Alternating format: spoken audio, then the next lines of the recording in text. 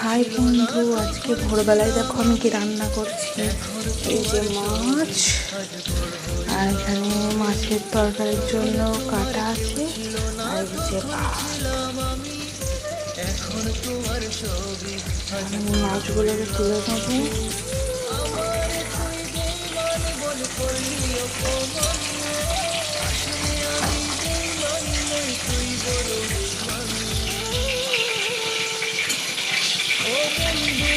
আমার ছেলে ঘুমোচ্ছে বলে আমি ঘরে লাইটটাও জ্বালাতে পারিনি।